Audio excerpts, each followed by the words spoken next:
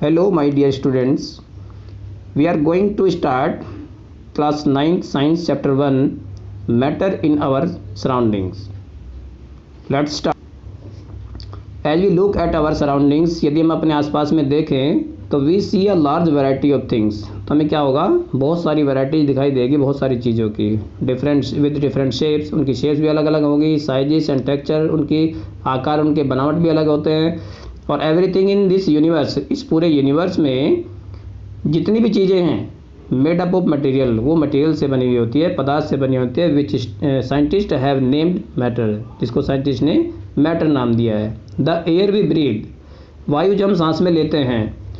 The food we eat, जो हम खाना खाते हैं। Stones, clouds, stars, plants and animals, even a small drop of water, यहाँ तक कि जो छोटी से छोटी जो बूंद जो होती है पानी की, और अ पार्टिकल ऑफ सैंड, या फिर सैंड का जो पार्टिकल होता है। ईच थिंग इज मैटर, प्रत्येक चीज़ क्या है, इनमें से मैटर है। We can also see as we look around that all the things mentioned above occupy space, यानी जितनी भी चीज़ें आपको ऊपर बताई गई है, सभी थिंग्स क्या करती है, ऑक्यूपाई करती है स्पेस को, यानी जगह घेरती है। That has volume and have मास, उनमें वॉल्यूम भी होता है और मास भी होता है। यानी कहने का मतलब ये है कि वो सारी चीज़ें जो स्पेस को ऑक्यूपाई करती है या जिनमें वॉल्यूम और मास होता है, वो सभी क्या है, वो सभी मैटर है। नेक्स्ट आता है सिंस अर्ली टाइम्स, यानी पुराने समय से human beings have been trying to understand their surroundings, यानी पुराने समय से ह्यूमन बींग क्या कर रहा है, अपने आसपास की चीज़ों को समझने का प्रयास कर रहा है। Early Indian philosophers classified matter in the form of 5 basic elements, यानी जो हमारे जो फिलोसफर्स थे, इंडियन फिलोसफर्स, उन्होंने मैटर को क्लासिफाई किया 5 बेसिक एलिमेंट्स में, और उन 5 बेसिक एलिमेंट को क्या नाम दिया गया, द पंच तत्व, 5 तत्व। The air, earth, fire, sky and water, ये सभी क्या है, यानी इन्हीं से मिलकर के पूरा संसार या पूरा जो यूनिवर्स है, उनकी हर चीज़ जो इन्हीं से बनी हुई है। According to them anything living और नॉन लिविंग, उनके अनुसार जितने भी लिविंग हैं, जितने भी नॉन लिविंग हैं, was made up of these 5 basic elements, वो इन 5 बेसिक एलिमेंट से ही बने हुए हैं। एंशिएंट ग्रीक फिलोसफर्स, जो पुराने समय के जो ग्रीक फिलोसफर्स थे, had arrived at a similar classification of matter, उन्होंने भी इसी तरह का क्लासिफिकेशन दिया है। Modern day scientist have evolve 2 types of classification, आजकल के जो साइंटिस्ट हैं उन्होंने 2 तरीके से क्लासीफाई किया है मैटर को, based on their physical properties and chemical nature, उनकी फिजिकल प्रॉपर्टीज और केमिकल नेचर के बेसिस पर। In this chapter we shall learn about matter based on its physical properties, यानी इस चैप्टर में हम क्या स्टडी करेंगे, मैटर की स्टडी करेंगे, किस पर बेस्ड, फिजिकल प्रॉपर्टीज पर based. Chemical aspects of matter will be taken up in subsequent chapters, अगर उसमें केमिकल नेचर की बात करते हैं तो किसी और दूसरे चैप्टर में उसको सीखने को मिलेगा। इस चैप्टर में केवल जो फिजिकल प्रॉपर्टीज होती है मैटर की, उसी के बारे में जानेंगे। तो सबसे पहली जो प्रॉपर्टी है वो क्या है, वो है फिजिकल प्रॉपर्टी, और इसमें सबसे पहला पॉइंट है matter is made up of particles, कि मैटर किससे बना हुआ है, पार्टिकल से मिलकर के बना हुआ है। For a long time 2 schools of thought prevailed regarding the nature of matter, यानी 2 स्कूल थे जिसमें जो क्या करते थे, अलग अलग मत रखते थे अपने मैटर के बारे में। One school believed matter to be continuous like a block of wood, ये किसमें विश्वास करता था कि मैटर क्या है, एक ब्लॉक ऑफ वुड की तरह से है, जैसे वुड का जो ब्लॉक होता है उसकी तरीके से। Whereas the other thought that matter was made up of particles like sand, दूसरा किसमें विश्वास रखता था कि मैटर क्या है, एक सैंड के पार्टिकल्स की तरह है। Let us perform an activity to decide about the nature of matter, is it continuous और पार्टिकुलेट। तो इसमें एक एक्टिविटी है जो क्या बताती है इसमें, जिसमें हमें ये चीज़ सीखने को मिलेगी कि वो एक सैंड के पार्टिकल की तरह है या लकड़ी के ब्लॉक की तरह है। तो ये एक्टिविटी है, एक्टिविटी में क्या बताया गया, सबसे पहला कुछ पॉइंट है इसमें। टेक अ 100 ml बीकर, एक 100 ml का बीकर लेते हैं, fill half the beaker with water, उसे आधा पानी से भर लेते हैं, and mark the level of water, और वाटर के जो लेवल जो होता है उसको मार्क कर देते हैं। डिजोल्व सम सॉल्ट और sugar with the help of glass rod, उसमें कुछ शुगर या सॉल्ट को ग्लास रोड की हेल्प से डिजोल्व कर देते हैं, घोल देते हैं। Observe any change in water level, और वाटर लेवल में ये ऑब्जर्व करते हैं कि इसमें कोई वाटर लेवल में चेंज आ रहा है कि नहीं आ रहा है। व्हाट डू यू थिंक, आप क्या सोचते हैं, has happened to the salt, कि सॉल्ट का क्या होता है। अब इसमें दो क्वेश्चन आपसे पूछे गए हैं, वेयर डज इट डिसअपियर, कि शुगर या सॉल्ट जो भी हमने उसके अंदर डाला है वो कहाँ डिसअपियर हो गया, कहाँ चला गया। और दूसरा क्वेश्चन है does the level of water change, तो इसमें क्या वाटर का लेवल चेंज होता है या नहीं होता है। तो सब जो पहला क्वेश्चन है उसका तो आंसर ये हो जाएगा कि डिसअपियर होने का मतलब है कि जो भी हमने सॉल्ट या शुगर डाला है उसके अंदर डिजोल्व किया है, वो जितना भी इंटरमोलिकुलर स्पेस होता है वाटर का, इंटरमोलिकुलर स्पेस मतलब जो पार्टिकल्स के बीच में जो गैप होता है वो वहाँ चला जाता है, उसी में एडजस्ट हो जाता है जा करके। और दूसरा है कि does the level of water change, कि वाटर का जो लेवल है वो चेंज होगा या नहीं होगा। तो वाटर का लेवल चेंज नहीं होता है, और इसी वजह से नहीं होता है कि जो इंटरमोलिकुलर स्पेस जो होता है पार्टिकल्स के बीच में जो गैप है वो फिल हो जाता है और लेवल उतना ही रहता है, चेंज नहीं होता है। तो in order to answer these questions we need to use the idea that matter is made up of particles. इसमें इसी आइडिया का यूज़ करते हैं कि मैटर पार्टिकल्स का बना हुआ होता है। what was there in the spoon, salt or sugar, has a how spread of throughout water, this is illustrated। जिस तरीके से इसमें एक्टिविटी में बताया गया है उसको इस तरीके से यूज़ करना है कि वाटर में ऐड करना है या शुगर या सॉल्ट जो भी है उसको अच्छे तरीके से ग्लास रोड से स्टिर करना है। स्टिर करने के बाद तब उसमें देखना है कि आपने जो मार्क किया था वाटर लेवल वो चेंज हो रहा है कि नहीं हो रहा है, तो इसमें ऐसा नहीं होता कुछ भी। नेक्स्ट आता है how small are these particles of matter, कि ये पार्टिकल जो होते हैं कितने छोटे होते हैं मैटर के। तो इसके लिए भी एक एक्टिविटी है, take 2 to 3 crystals of potassium permanganate and dissolve them in 100 ml of water. तो 2 या 3 जो क्रिस्टल होते हैं पोटेशियम परमैंगनेट के, पोटेशियम परमैंगनेट जो होता है वो एक केमिकल होता है, एक तरीके से वाटर को प्यूरीफाई करने के लिए यूज़ किया जाता है अक्सर उसमें। लेकिन उसके जो क्रिस्टल्स होते हैं वो क्या कर देते हैं, वाटर को कलर कर देते हैं, उसको डिजॉल्व करते हैं किसमें, 100 ml वाटर में। तो उसके बाद आता है हमारी एक्टिविटी में नेक्स्ट पॉइंट है, take out approximately 10 ml of this. इसमें क्या करते हैं, लगभग उसका 10 ml ले लेते हैं हम, और 10 ml लेने के बाद में सॉल्यूशन को पुट करते हैं into 90 ml of clear water, 90 ml clear water में। Take out 10 ml of this solution and put into another 90 ml of clear water, और इसको कितने टाइम्स करते हैं, 5 to 8 times. Is the water still colour. अब उसके बाद ये देखते हैं कि लास्ट में भी क्या हमें ऐसा लग रहा है कि उसमें कलर आ रहा है। लास्ट वाले में 5 बार या 8 बार जब भी हम करते हैं तो लास्ट वाला जो हमने क्लियर वाटर लिया 90 ml, तो क्या वो भी इस प्रोसेस को हम रिपीट करते रहते हैं कि लास्ट में ये देखते हैं कि उसमें भी कलर आया कि नहीं आया। तो ये एक्सपेरिमेंट क्या शो करता है, this experiment shows that just a few crystals of potassium permanganate can colour a large volume of water about 1000 litre. यानी कुछ ही जो क्रिस्टल जो होते हैं पोटेशियम परमैंगनेट के लगभग 1000 लीटर पानी को भी कलर कर सकते हैं। तो we conclude that there must be millions of tiny particles in just 1 crystal of potassium permanganate. एक क्रिस्टल से ही काफ़ी अमाउंट में क्या कर सकते हैं, वाटर को कलर किया जा सकता है। Which keep on dividing themselves into smaller and smaller particles. वो क्या करता रहता है, अपने आप को और छोटा पार्टिकल्स में डिवाइड करता रहता है।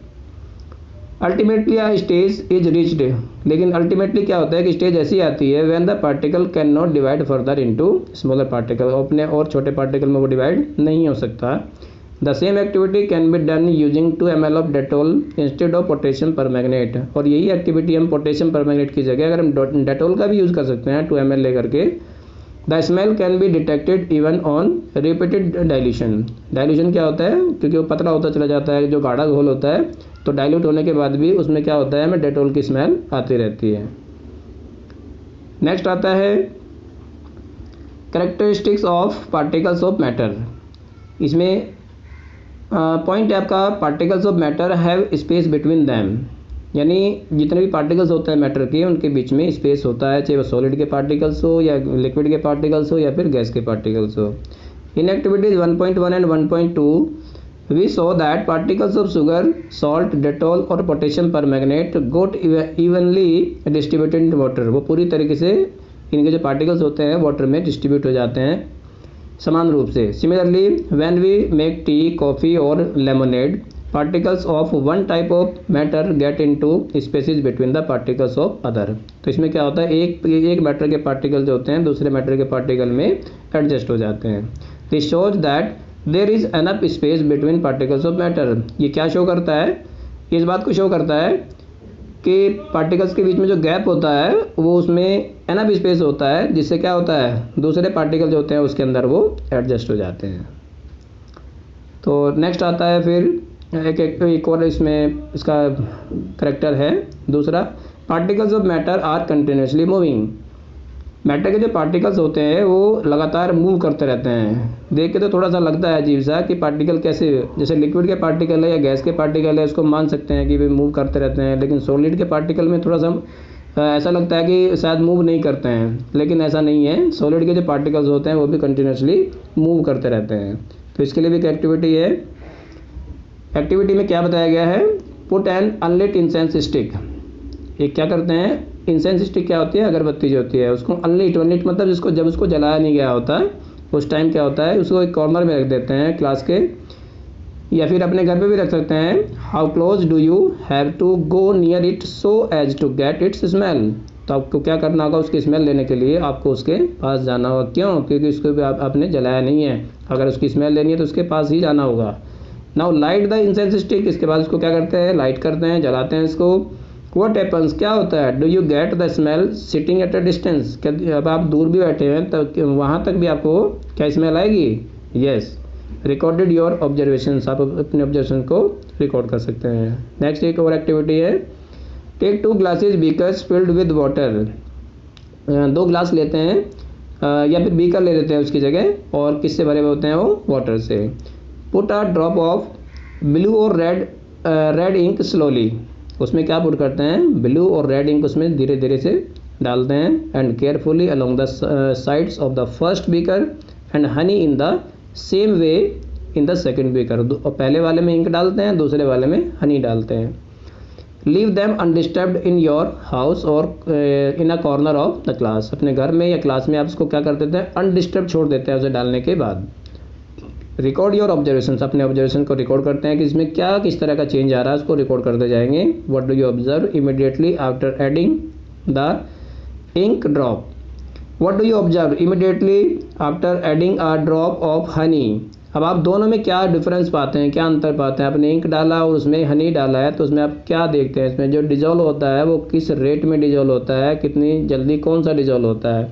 तो हाउ मेनी आवर्स और days does it take for the colour of ink in spread evenly throughout the water. तो उसको अपने जो ऑब्जर्वेशन होते हैं उसको आप नोट करके रखें। जब एक्टिविटी आपको समझ आएगी आप उसमें देखेंगे कि इंक जो होता है बहुत जल्दी इसमें डिजोल्व हो जाता है, जबकि जो हनी होता है वो इतना जल्दी डिजोल्व नहीं होता है, उसको टाइम लगता है। तो ये एक्टिविटी आप करके देख सकते हैं।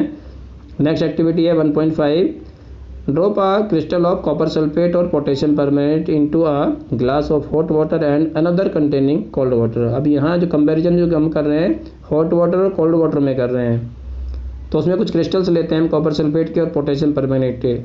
तो डू नॉट स्टेयर, उसको हिलाए नहीं सॉल्यूशन को। Allow the crystals to settle at the bottom, और क्या करें क्रिस्टल्स को बॉटम में डाल दें, बैठने दें नीचे। What do you observe just above the solid crystals in the glass. आपने इसमें क्या ऑब्जर्वेशन किया है। What happens as time passes, जैसे जैसे टाइम निकलता चला जाता है। What does the suggest about the particles of solid and liquid.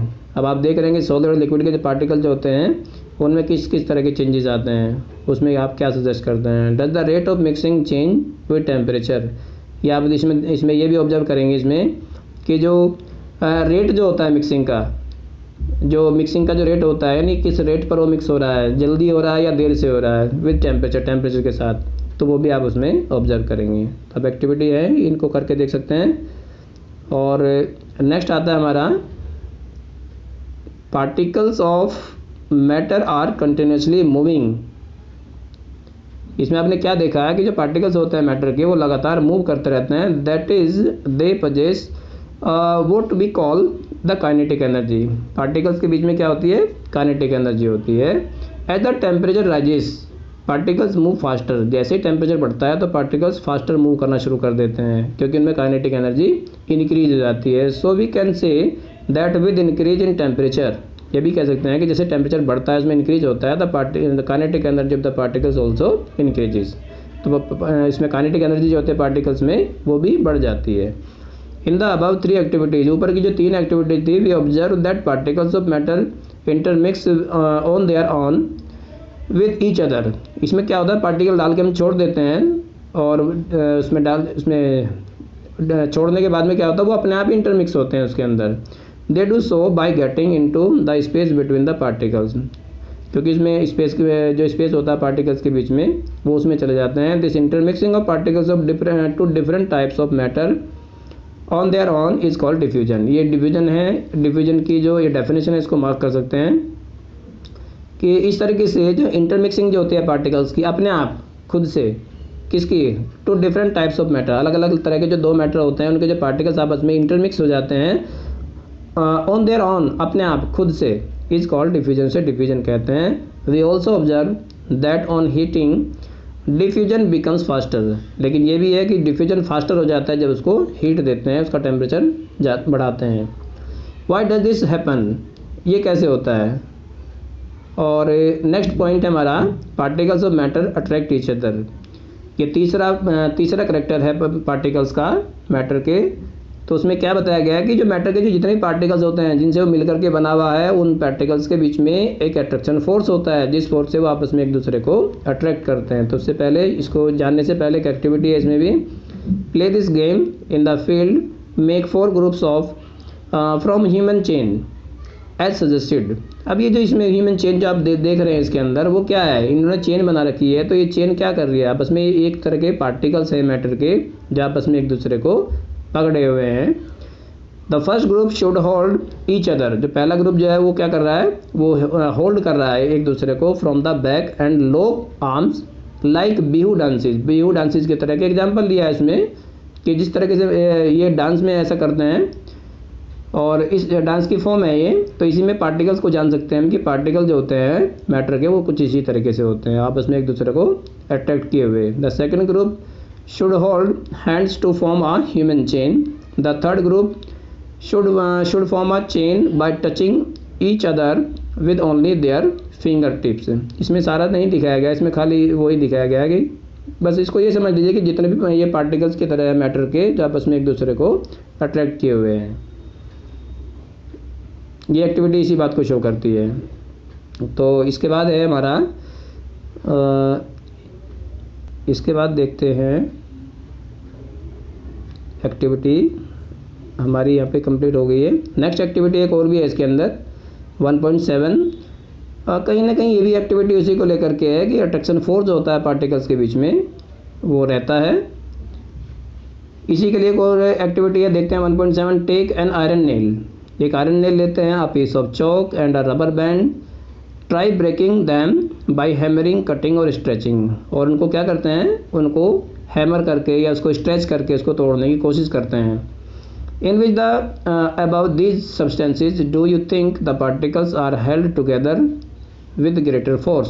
तो आप क्या देखते हैं इसमें, जितने भी सब्सटेंसेज आपने लिए हैं, आयरन ने लिया है आपने, या पीस ऑफ चॉक लिया है, या रबर बैंड लिया है, सभी को आपको ब्रेक करने में क्या करना पड़ा है, फोर्स लगाना पड़ा, ग्रेटर फोर्स उसमें लगाना पड़ता है। क्यों, क्योंकि इनके जो पार्टिकल्स होते हैं जिनसे मिलकर के बने हुए हैं वो आपस में एक दूसरे को अट्रैक्शन फोर्स से खींचे हुए हैं, जोड़े हुए हैं। एक और एक्टिविटी है इसमें 1.8, open a water tap, try breaking the steam of water with your fingers, were you able to cut the steam of water, और and what could be the reason behind the steam of water remaining together. अब देखते हैं यहाँ पे क्या है, यहाँ जो स्टीम जो होती है वो गैसेस फॉर्म में होती है और उसको आप क्या कर सकते हैं, आज इजीली कट कर सकते हैं। क्यों, क्योंकि उनके जो पार्टिकल्स हैं उसमें ज़्यादा अट्रैक्शन फोर्स नहीं होता है। सॉलिड में अट्रैक्शन फोर्स सबसे ज़्यादा होता है, लिक्विड में उससे कम होता है। जो लिक्विड के पार्टिकल्स है वो लूजली पैक्ड होते हैं। The above 3 activities 1.6, 1.7 and 1.8 suggest the particles of matter have force acting between them.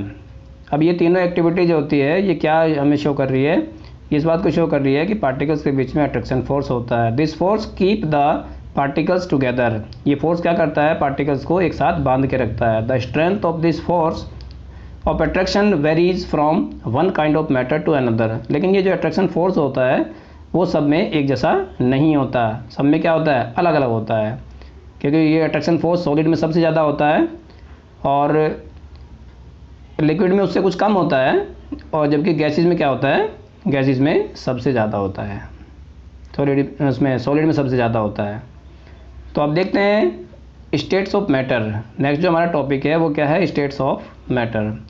Observe different types of matter around you. अब अपने आसपास में बहुत सारे जो मैटर की फॉर्म होती है उनको अगर ऑब्जर्व करें तो what are the different states, उनकी जो स्टेट्स होती है अलग अलग, वो क्या होती है। We can see that matter around us exist in 3 different states, solid, liquid and gas. तो तीन ही स्टेट्स होती है इसमें, सॉलिड, लिक्विड और gas. These states of matter arise due to the variation in the characteristics of particles of matter. और ये तीनों स्टेट कहाँ से अराइज होती है, वो पार्टिकल्स का जो अरेंजमेंट होता है, उनका जो कैरेक्टर्स होता है उस पर डिपेंड करता है कि वो टाइटली पैक्ड है या लूजली पैक्ड है या फिर फार्दर अपार्ट है। नेक्स्ट है now let us study about the properties of these 3 states of matter in detail. तो सबसे पहले सॉलिड के बारे में जानते हैं, सॉलिड स्टेट। इसके लिए भी एक एक्टिविटी है, कलेक्ट द फॉलोइंग आर्टिकल्स। कुछ आर्टिकल्स को कलेक्ट करते हैं, a pen, a book, a needle and a piece of thread. Sketch the shape of the above article in your notebook. इनका स्केच बना सकते हैं by moving a pencil around them, उनके चारों तरफ पेंसिल को घुमा करके। Do all these have a definite shape, क्या उनके शेप डेफिनेट है, distinct boundaries and a fixed volume. ये सब उसमें ऑब्जर्व किया जाता है कि उनकी बाउंड्रीज डिस्टिंक्ट है कि नहीं है, शेप जो होती है उसकी फिक्स्ड है कि नहीं है, डेफिनेट, और उसका फिक्स्ड वॉल्यूम है कि नहीं है। तो ये ऑब्जर्व करने के बाद what happens if they are hammered, उसके बाद क्या करते हैं, उसको हमें हैमर करके देखते हैं। हैमर करने के बाद या उसको पुल या ड्रॉप करते हैं या गिरा कर देखते हैं, are these capable of diffusing into each other, यानी वो आपस में उनमें कैपेबिलिटी है क्या आपस में एक दूसरे को में डिफ्यूज होने की। Try compressing them by applying force. अब उसको क्या करते हैं, कंप्रेस करके देखते हैं कि फोर्स अप्लाई करके कि वो कंप्रेस होते हैं, ये मतलब वो दबाए जा सकते हैं कि नहीं दबाए जा सकते हैं। Are you able to compress them, क्या आपने उसको कंप्रेस कर दिया, क्योंकि सॉलिड जो होते हैं वो ज़्यादा कंप्रेसिबल नहीं होते, तो सॉलिड को ज़्यादा कंप्रेस भी नहीं कर सकते हैं।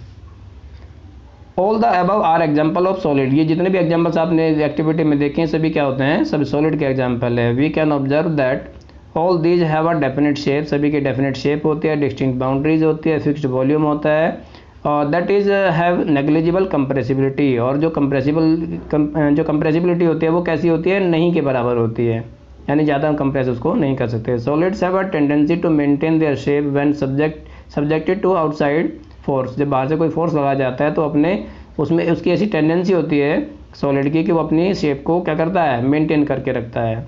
सॉलिड्स में ब्रेक, सॉलिड जो होते हैं वो टूट सकते हैं अंडर फोर्स, जब उसमें फोर्स लगा जाता है, but it is difficult to change their shape, उसकी शेप जो चेंज करना थोड़ा मुश्किल होता है। सो दे आर रिजिड, इसलिए वो क्या होते हैं, रिजिड होते हैं। नेक्स्ट आता है कंसीडर द फॉलोइंग। इसमें कुछ क्वेश्चंस हैं, इसमें कुछ जैसे क्वेश्चन पूछा गया है, what about a rubber band. एक रबर बैंड है तो can it change its shape on stretching. अब उसकी तो शेप चेंज, जब हम उसको स्ट्रेच करते हैं तो उसकी शेप चेंज हो जाती है। इज इट सॉलिड, अब ये पूछा गया है कि क्या फिर भी वो सॉलिड है। तो अब क्योंकि इस पर फोर्स लगाया गया है रबर बैंड पे, और जैसे इसका फोर्स जो होता है हम अप्लाई नहीं करते, उस फोर्स को हम रिमूव कर देते हैं, हटा देते हैं उसको, तो क्या होता है, दोबारा से वो अपनी शेप को रीगेन कर लेता है। इसलिए क्या है, रबर बैंड क्या होता है, एक सॉलिड ही होता है। सेकंड में पूछा है व्हाट अबाउट शुगर और salt when kept in different jars. Sugar salt को जब अलग अलग जार में रखते हैं तो these take the shape of jar, तो किसके तरह से बिहेव कर रहा है, ये तो गैस और या लिक्विड की तरह से बिहेव कर रहा है कि जिस जार के अंदर, जिस वेसल के अंदर उसको रखा गया उसी की शेप ले लेता है। आर दे सॉलिड, क्या फिर भी वो सॉलिड है। तो यस, अगर उसकी हम एक पार्टिकल की बात करते हैं, एक जो सिंगल पार्टिकल जो उसका होता है सॉल्ट का या शुगर का, वो क्या होता है, उसकी फिक्स्ड शेप होती है, डिस्टिंक्ट बाउंड्रीज भी होती है और उसका फिक्स्ड वॉल्यूम भी होता है। इसलिए ये सब क्या है, शुगर और सॉल्ट भी सॉलिड है। नेक्स्ट आता है व्हाट अबाउट अ स्पंज। एक स्पंज के बारे में हम क्या जानेंगे, इट इज अ सॉलिड, क्या है मतलब यह भी एक सॉलिड है। Yet are we are able to compress it. अभी हमने ऊपर क्या बताया था कि ये जो सॉलिड होते हैं कंप्रेसिबल नहीं होते या बहुत कम कंप्रेसिबल होते हैं, जबकि स्पंज को तो हम कंप्रेस कर सकते हैं। तो क्या फिर भी ये सॉलिड है? यस, क्योंकि जब तक हम उस पर फोर्स लगाएंगे, कंप्रेस करेंगे उसको, तब तक वो अपनी शेप चेंज करेगा, दोबारा से फिर अपनी उसी शेप में वो रिगेन कर लेता है। तो all the above are solids as a rubber band change shape under the force regains the same shape. ये मैंने आपको एक्सप्लेन कर दिया है। तो एक्सप्लेन करने के बाद हम थोड़ा सा और आगे बढ़ते हैं इसमें कि यहाँ पे आ जाइए। ये वही एक्टिविटी उसी के बारे में बताया गया है। द फोर्स इज रिमूव्ड, जब इसका फोर्स रिमूव होता है तो excessive force is applied, it breaks, क्योंकि जब एक्सेसिव फोर्स उस पर लगता है तो वो ब्रेक हो जाता है। The shape of each individual sugar, अब भी मैंने इसकी बात बताई आपको कि जो इंडिविजुअल जो पार्टिकल जो होता है शुगर या सॉल्ट का, क्रिस्टल का, क्या करता है, रिमेन्स फिक्स्ड, उसकी शेप कैसी होती है, फिक्स्ड होती है। Whether we take it into our hand, जब अपने हैंड में उस पार्टिकल को लेंगे, put it in the plate और इन अ जार, किसी भी जार के अंदर रखेंगे। स्पंज जो होता है इसमें भी माइन्यूट होल्स होते हैं, छोटे छोटे होल्स उसके अंदर होते हैं, इन विच एयर ट्रैप, जिनके अंदर एयर ट्रैप रहती है। व्हेन वी प्रेस इट, जब हम उसको प्रेस करते हैं तो द एयर इज एक्सपेल्ड, तो हवा उसमें से बाहर निकल जाती है, एक्सपेल्ड आउट हो जाती है। And we are able to compress it, और हम उसको कंप्रेस कर सकते हैं। तो अगर हम उसको कंप्रेस कर सकते हैं लेकिन उसके बाद भी वो क्या है, सॉलिड है। इसके बाद आता है द लिक्विड स्टेट। जो लिक्विड स्टेट होता है उसको भी जानने से पहले एक एक्टिविटी जानेंगे। Collect the following: water, cooking oil, milk juice and cold drink. अब कुछ चीज़ें ले लेते हैं जो लिक्विड फॉर्म में होती है।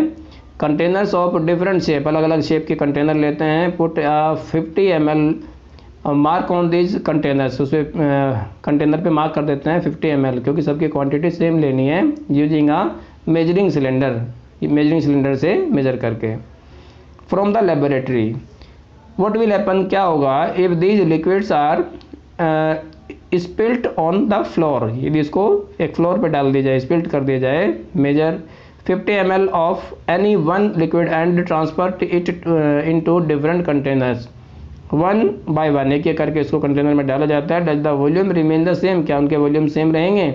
Does the shape of the liquid remain the same, क्या उनकी शेप सेम रहेगी। When you pour the liquid from one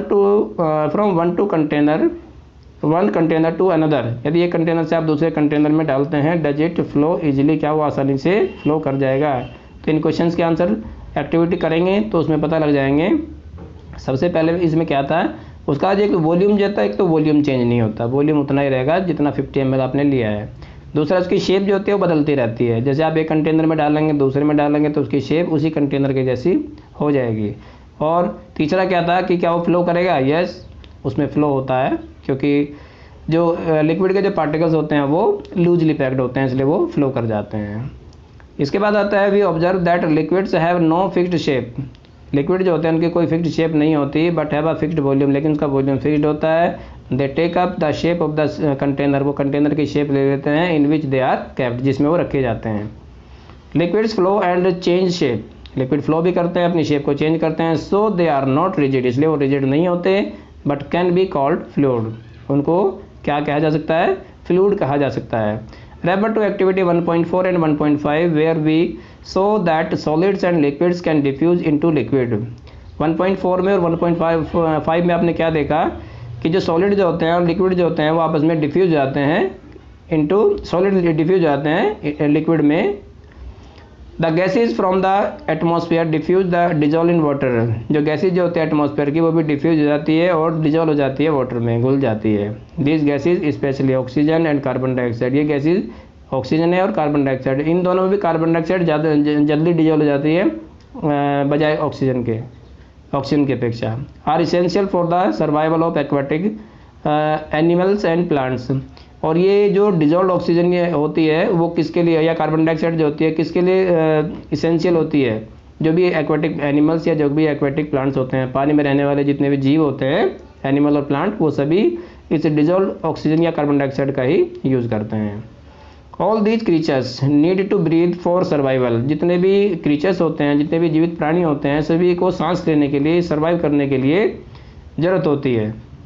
the aquatic animals can breathe underwater due to the presence of dissolved oxygen in water.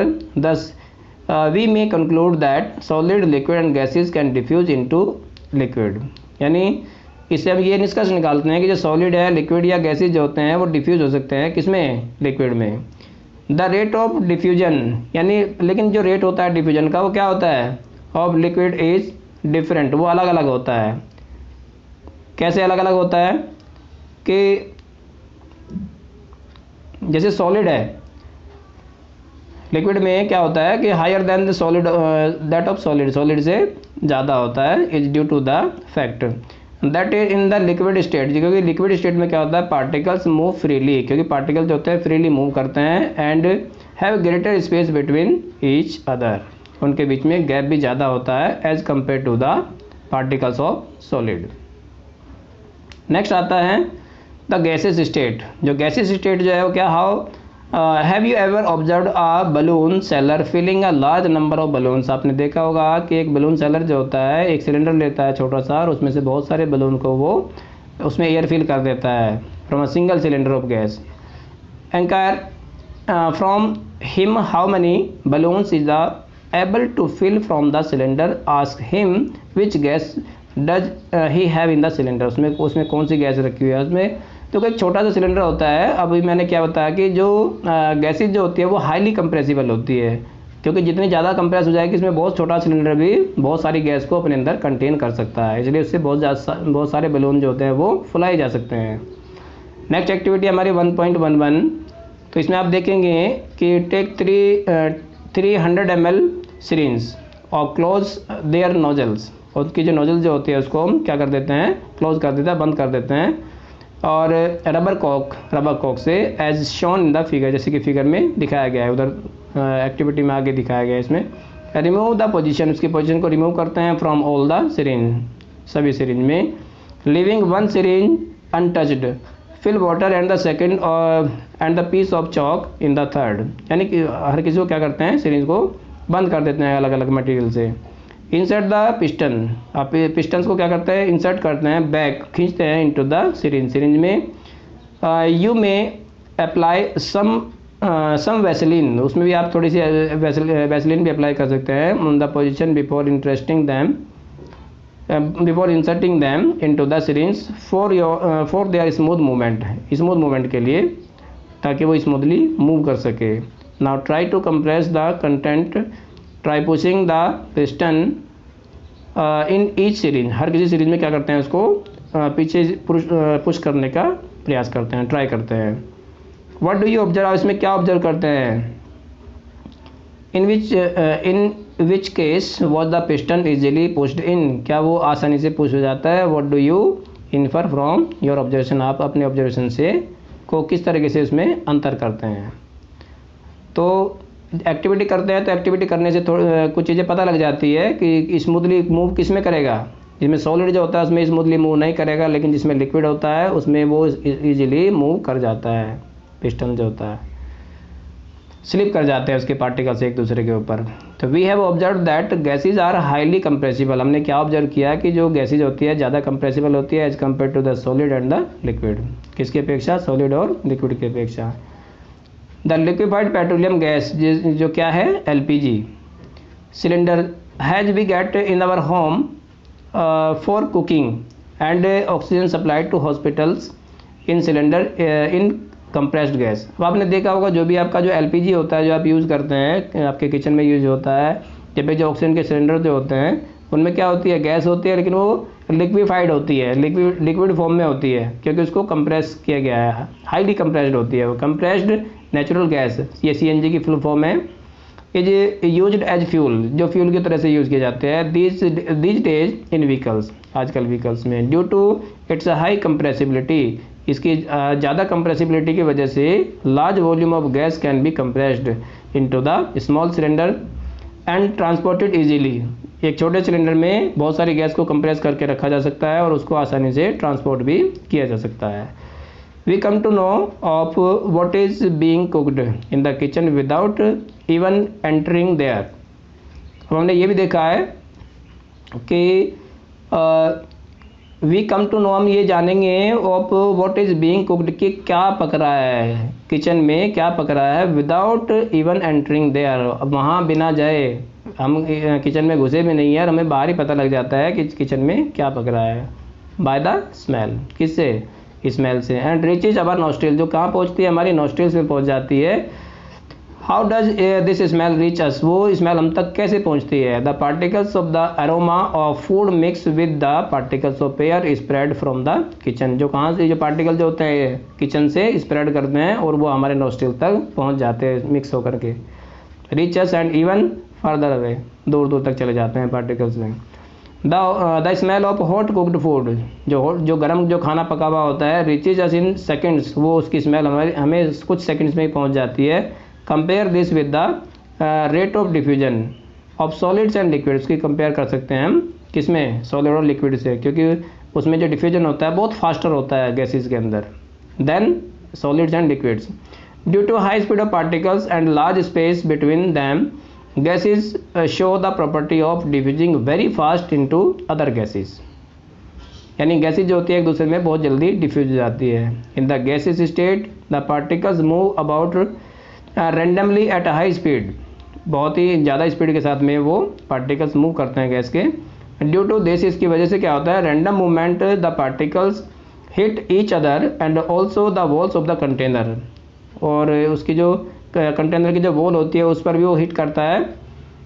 और the pressure exerted by the gas, जो gas के द्वारा जो pressure exerted होता है is because of this force exerted by gas particles per unit area on the wall of the container, क्योंकि वो container की वॉल पर भी क्या करता है, प्रेशर डालता है।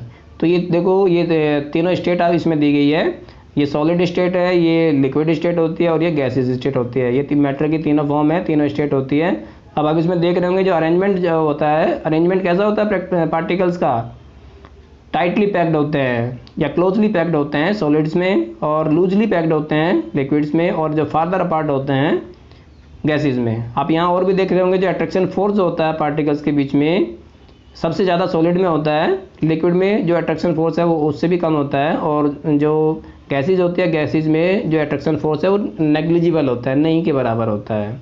इसी तरीके से आप गैप देख रहे होंगे, जो पार्टिकल्स के बीच में जो गैप होता है इसको हम इंटरमोलिकुलर स्पेस भी कहते हैं, सबसे कम होता है सॉलिड में, लिक्विड में उससे ज़्यादा होता है और गैसेज में बहुत ज़्यादा होता है। तो ये कुछ डिफरेंसेस हैं सॉलिड, लिक्विड और गैस में। अगर हम इनकी स्ट्रक्चर देखें, पार्टिकल्स का अरेंजमेंट देखें, तो इस तरीके से हमें देखने को मिलेगा ये। तो इसके बाद ये कुछ क्वेश्चंस भी हैं इसमें, बीच बीच में जो भी क्वेश्चंस आए हैं उन क्वेश्चंस को मैंने बताया कि ये क्वेश्चंस आप को मिल जाएंगे, मैं उसकी PDF बना के जो डिस्क्रिप्शन जो होता है वीडियो का उसमें डाल दूँगा। और इसके अलावा अगर कुछ न्यूमेरिकल टाइप में होते हैं क्वेश्चंस तो उनको मैं उनकी एक अलग वीडियो बना करके वो मैं अपलोड कर दूँगा। नेक्स्ट आता है, can matter change it's state, क्या मैटर जो होता है अपनी स्टेट को चेंज करता है, कर सकता है। We all know from the observations that water can exist in 3 states of matter, solid as ice, liquid as familiar water, gas as water vapour. तो ये तीनों स्टेट हो गई। What happens inside the matter during the change of state, क्या होता है जब state change होती है, जब यानी एक स्टेट से दूसरे स्टेट में अगर मैटर चेंज होता है, बदलती है स्टेट, तो क्या होता है। What happens to the particles of matter during the change of the state, और how does the change of state take place, we need answers to these questions is in it। तो इसके बाद आप देखते हैं ये आपका हो गया effect of chances of the temperature. अब टेम्परेचर का क्या इफेक्ट होता है, जो पार्टिकल्स होते हैं उनके ऊपर टेम्परेचर किस तरीके से इफेक्ट डालता है। तो उसके लिए भी एक एक्टिविटी है, उस एक्टिविटी करके देख लेते हैं। Take about 150 gram of ice in a beaker and suspend a laboratory thermometer.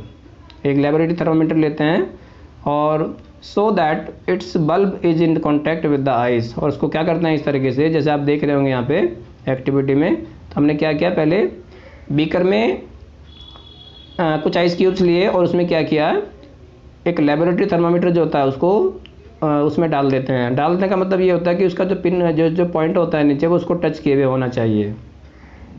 और कोई कुछ और भी चीज़ें ध्यान में रखते हैं कि जब भी लेबोरेटरी थर्मामीटर का यूज़ किया जाता है तो ये ध्यान रखें कि इसकी जो बीकर की जो वॉल होती है या इसका जो बॉटम होता है उससे वो टच ना करें। सिर्फ किससे टच करें, जिसका हमें टेम्परेचर लेना होता है, क्योंकि इसमें किंक भी नहीं होता इस वाले थर्मामीटर में। तो हम क्या देखेंगे इसमें, ये एक्टिविटी जो है, एक्टिविटी हमें क्या बताती है कि जब तक आइस क्यूब पूरी तरीके से मेल्ट नहीं हो जाते तब तक उसका जो टेम्परेचर रहता है वो सेम रहता है, वो चेंज नहीं होता है यहाँ। और इसी तरीके से एक दूसरी भी एक्टिविटी है इसमें। वाटर लिया, वाटर बीकर लेकर के इसको हम क्या करते हैं, बर्नर से इसको हम गर्म करते हैं। गर्म करने के बाद जो पानी जो होता है, इसी तरीके से हमने सेटअप किया है, जो थर्मामीटर लगाया है इसमें। तो अगर हम इसको बॉईल कर रहे हैं वाटर को, तो वाटर को बॉईल करते करते क्या होता है, एक ऐसा पॉइंट आ जाता है जिसके बाद टेम्परेचर जो होता है वो इंक्रीज होना बंद हो जाता है। तो उसके बाद टेम्परेचर बढ़ता नहीं है, तो वहाँ पर जा कर के वो रुक जाता है। तो इस तरह के ये क्या बताते हैं, ये इनके बॉइलिंग पॉइंट को बताते हैं या मेल्टिंग पॉइंट को बताते हैं। यानी एक पॉइंट जो होता है जिस पर कोई भी जो जब स्टेट चेंज हो रही होती है तो उसमें कोई चेंज नहीं आता। इससे हमें एक्टिविटी से पता लगता है कि जब भी स्टेट चेंज होती है तो टेम्परेचर रिमेन्स द सेम। तो टेम्परेचर कैसा रहता है, एक जैसा रहता है।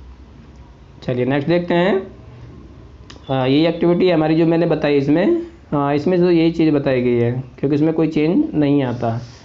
ऑब्जर्वेशन में यहाँ देख लीजिए, ऑब्जर्वेशन में क्या है, on increasing the temperature of solids the kinetic energy of the particles increases due to the increase in kinetic energy. The particles start vibrating and with a greater speed. ज़्यादा speed से जो particles है वो move करने लगते हैं। The energy supplied by the heat overcomes the forces of attraction between the particles. और क्या होता है, जो एनर्जी जो होती है सप्लाई जो हो रही है हीट से, वो ओवरकम हो जाती है, ओवरकम कर देते हैं किसको, फोर्स ऑफ अट्रैक्शन को पार्टिकल्स के बीच में। The particles leave their fixed position. Particle क्या करते हैं, अपनी फिक्स्ड पोजीशन को छोड़ देते हैं एंड स्टार्ट मूविंग फ्रीली, और वो ज़्यादा फ्रीली मूव करना शुरू कर देते हैं। A stage is reached when the solid melts and converted to a liquid. जब वो सॉलिड मेल्ट होता है, लिक्विड में चेंज होता है। The temperature at which the solid melts, ये इसकी डेफिनेशन है मेल्टिंग पॉइंट की। मेल्टिंग पॉइंट की डेफिनेशन से मार्क कर लीजिए, the temperature at which the solid melts to become a liquid at a atmospheric pressure is called melting point. यानी वो टेम्परेचर, वो पॉइंट जिस पर क्या होता है, एक सॉलिड जो होता है वो मेल्ट होता है लिक्विड में, लेकिन कंडीशन क्या है, एटमॉस्फेरिक प्रेशर। ये लिखना जरूरी होता है इसमें, क्योंकि एटमॉस्फेरिक प्रेशर अगर चेंज होता है तो आपका जो मेल्टिंग पॉइंट है वो भी बदल जाएगा, उसी हिसाब से चेंज हो जाएगा।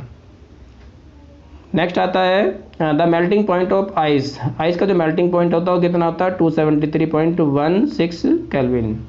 The process of melting point, the melting that is the change of solid into liquid state is also known as fusion. उसको हम फ्यूजन के नाम से भी जानते हैं, जो चेंज होती है स्टेट सॉलिड की लिक्विड में।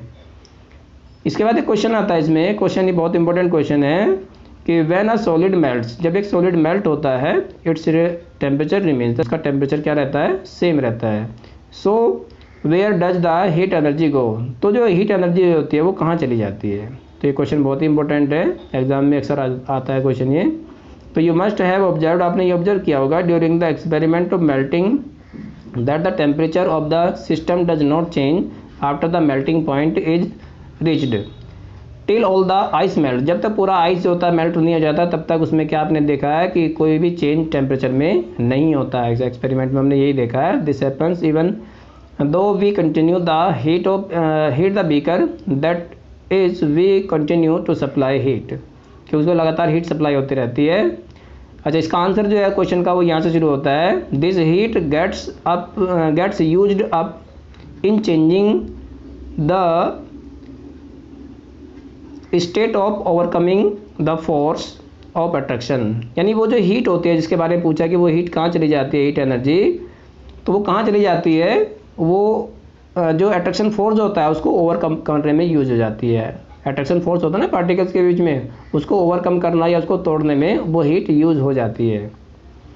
As this heat energy is absorbed, जब ये हीट एनर्जी एब्जॉर्ब हो जाती है आइस के द्वारा, without showing any rise in temperature, और वो किसी भी तरह का जो राइज होता है टेम्परेचर में वो शो नहीं करता है। इट इज़ कंसिडर्ड, उसको कंसिडर किया जाता है दैट इट गेट्स हिडन, क्योंकि वो उसके अंदर क्या रहती है, छुपी हुई रहती है, into the contents of the beaker and is known as the latent heat। इसी को latent heat या गुप्त ऊष्मा भी कहते हैं, यानी छुपी हुई हीट जो होती है latent heat, hidden भी इसको बोलते हैं। the word latent means hidden, latent का मतलब क्या है, hidden है। the amount of heat energy की जो amount होती है that is required to change 1 kilogram of solid into liquid at atmospheric pressure and its melting point is known as the latent heat of fusion। ये इसकी latent heat of fusion की definition है, कहाँ से, यहाँ से लेकर के द अमाउंट से लेकर के, इसे मार्क कर लीजिए। The amount of heat energy, जो हीट एनर्जी की जो अमाउंट होती है दैट इज रिक्वायर्ड, जो जरूरी होती है, किसको, किस में जरूरी होती है, 1 kilogram of solid, 1 kilogram solid को चेंज करने में इनटू लिक्विड, लिक्विड में एटमॉस्फेरिक प्रेशर, ये जरूर लिखिएगा इसमें, atmospheric pressure and its melting point is known as latent heat of fusion. So particles in water at 0 degree Celsius या फिर 273 केल्विन भी इसको कह सकते हैं, have more energy as compare to particles in the ice at the same temperature. यानी particle जो होते हैं वाटर के 0 डिग्री सेल्सियस पर, उसमें ज़्यादा एनर्जी होती है, किससे, as compare to the particles of ice at the same temperature. एक उसी टेम्परेचर पर अगर आइस है तो उसमें एनर्जी ज़्यादा होती है वाटर में, किसके बजाय, किसके अपेक्षा, आइस के अपेक्षा। When we supply heat energy to water, जब हम हीट एनर्जी सप्लाई करते हैं वाटर को, the particles start moving even faster. तो क्या होता है, पार्टिकल्स फास्टर मूव करना शुरू कर देते हैं एट अ सर्टेन टेम्परेचर, एक दिए निश्चित तापमान पर। A point is reached when the particles have enough energy to break free from the forces of attraction of each other. यानी एक पॉइंट ऐसा आता है जहाँ पर क्या होता है, और ज़्यादा टेम्परेचर बढ़ना बंद हो जाता है।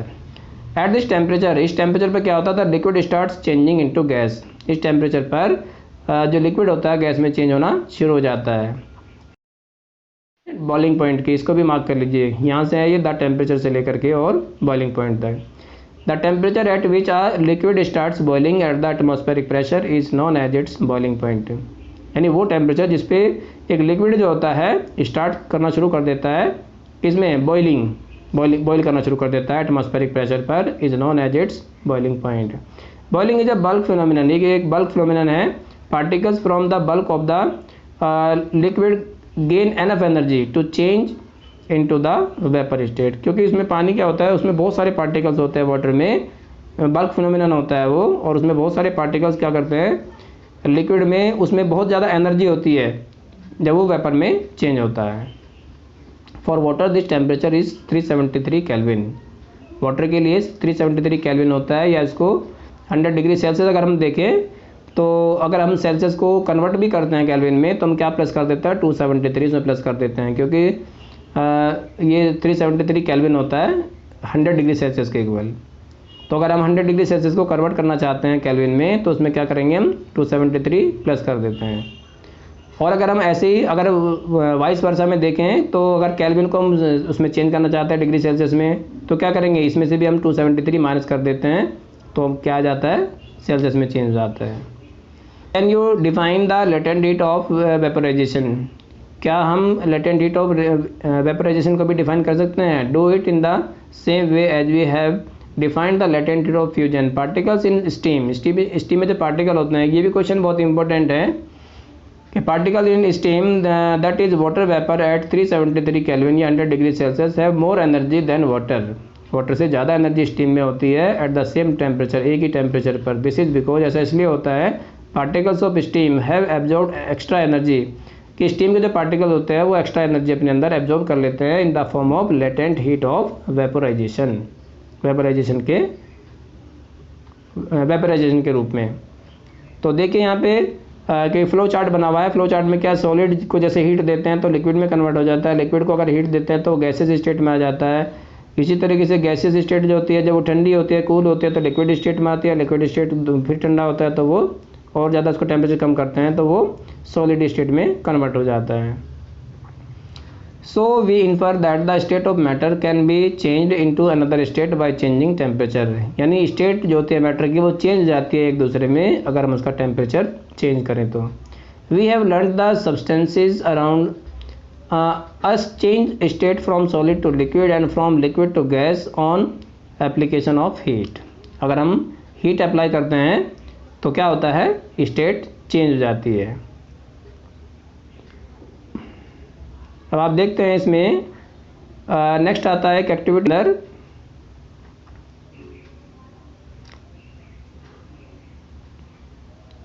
Take some camphor and ammonium chloride, 1.13 activity है। अगर हम इसमें कुछ कैम्फर वगैरह लेते हैं या फिर अमोनियम क्लोराइड लेते हैं, क्रश इट, उसको क्रश करते हैं, and put it into a China dish. एक चाइना डिश जो होती है एक प्लेट की तरह ही होती है, तो उसमें हम वो जैसे चीनी मिट्टी के बर्तन होते हैं, जो कप वगैरह होते हैं, उस तरह की होती है ये। पुट एन इन्वर्टेड फनल, एक इन्वर्टेड फनल लेते हैं over the China dish, China dish के ऊपर। Put a cotton plug on the stem of the funnel, और जिस तरीके से इसमें दिया है इसमें आप देख सकते हैं डायग्राम में। तो ये पूरा सेटअप है, ये नीचे बर्नर लगा हुआ है, चाइना डिश है, और चाइना डिश में क्या लेते हैं, कैम्फर लेते हैं या अमोनियम क्लोराइड हम लेते हैं इसमें, और उसको क्या करते हैं, बर्नर से इसको हीट देते हैं। तो हीट देने से क्या होगा, अब इसमें ऑब्जर्वेशन क्या है, हमारा ऑब्जर्वेशन है अ चेंज, ये सब्लिमेशन है, a change of state directly from solid to gas without changing into liquid state, और vice versa is called sublimation. तो सब्लिमेशन ये बहुत ही इंपॉर्टेंट है, ये अक्सर एग्जाम में आता है। सब्लिमेशन क्या होता है, a change of state directly from solid. यदि कोई चेंज आता है इस तरह का कि कोई भी सॉलिड जो होता है अगर हीट देने से डायरेक्टली वो गैस में चेंज हो जाता है विदाउट चेंजिंग इनटू लिक्विड, बिना लिक्विड में चेंज हुए, या फिर जो लिक्विड जो होता है अगर जो गैस होती है डायरेक्टली चेंज हो जाती है सॉलिड में। वाइस वर्सा का मतलब ये होता है यहाँ पे, अगर इस प्रोसेस को थोड़ा उल्टा कर दें हम, तो जैसे सॉलिड से गैस में कन्वर्ट होता है या गैस से सॉलिड में कन्वर्ट होता है, तो इस प्रोसेस को हम क्या बोलते हैं, सब्लिमेशन। आपने देखा होगा नेपथलीन बॉल वगैरह जो होती है, जो हम अपने कपड़ों में रख देते हैं, कुछ टाइम के बाद क्या हो जाती है, वो गायब हो जाती है। क्या वो लिक्विड में चेंज हुई, नहीं, कि वो क्या होता है, वो बॉल जो होती है धीरे धीरे अपने आप ही गैस में कन्वर्ट हो जाती है। तो इसके बाद आता है effect of change of pressure. अब जो प्रेशर जो होता है उसका जो इफेक्ट होगा वो किस तरीके से होता है।